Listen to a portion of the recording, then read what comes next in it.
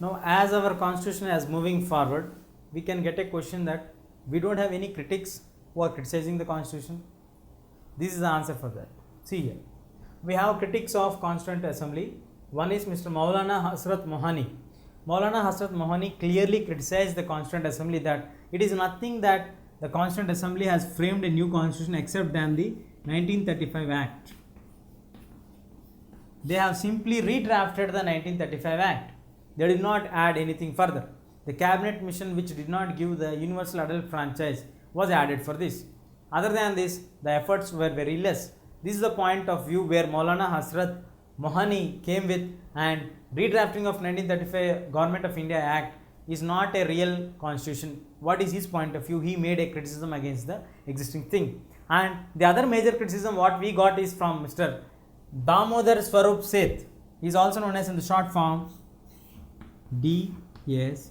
Seth. He put his views that India finally moved on with a government of union government, where the union government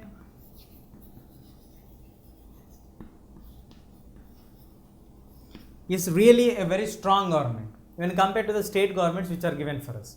So, in the technical terms or in the federalism, the true federalism spirit was not followed. It was made clear that the union governments will have major powers, and because he got this view by dividing of the powers.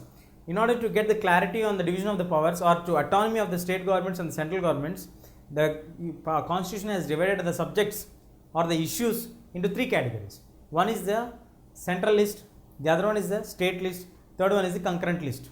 Central list, the entire powers on the subjects of the central list were given to the central government. State list, the entire powers on the state list of the subjects are given to the state governments.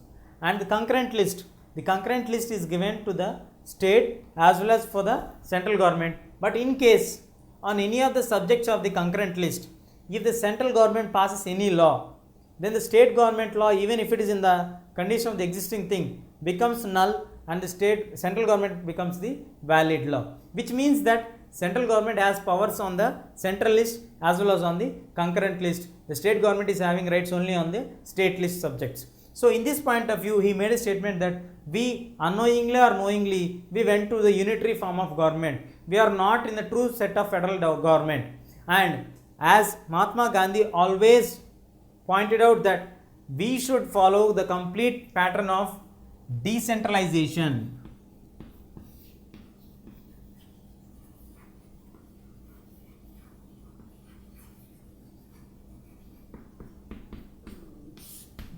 The decentralization should be followed and not the concentration of power at a single hand or a single point of time. So, centralization was completely opposed by Mahatma Gandhi. He was a strong follower of Mahatma Gandhi's ideologies. So, he put forth his view saying that even Mahatma Gandhi did not like the strong unitary form of government. So, how could we like the form of government? We should not support this kind of form of government because it is completely unitary form of government.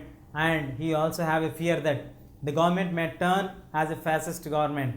Fascist government is nothing but the government which is elected in Italy by Mussolini became the leader or a turned dictator.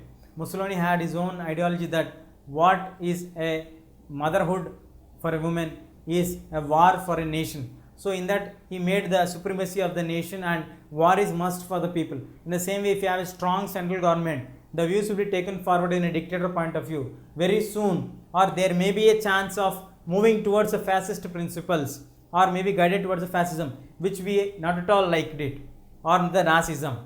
So, Dr. Swarup Seth made clear that centralization should not be there in the union powers, but it should be decentralized, and the power should be distributed as far as possible, so that we don't get any strong initiative and a strong leadership which may turn into a dictatorship. This is the view, or the critics express their views on this. What are the other criticisms which are expressed? How are the debates going on the other issues? For example, we shall take on the fundamental rights. What is the doubt raised on the fundamental rights? What is the alternative given for that? What is the further issue discussed? How far the issue went on? Who raised the issue against the fundamental rights? We will discuss.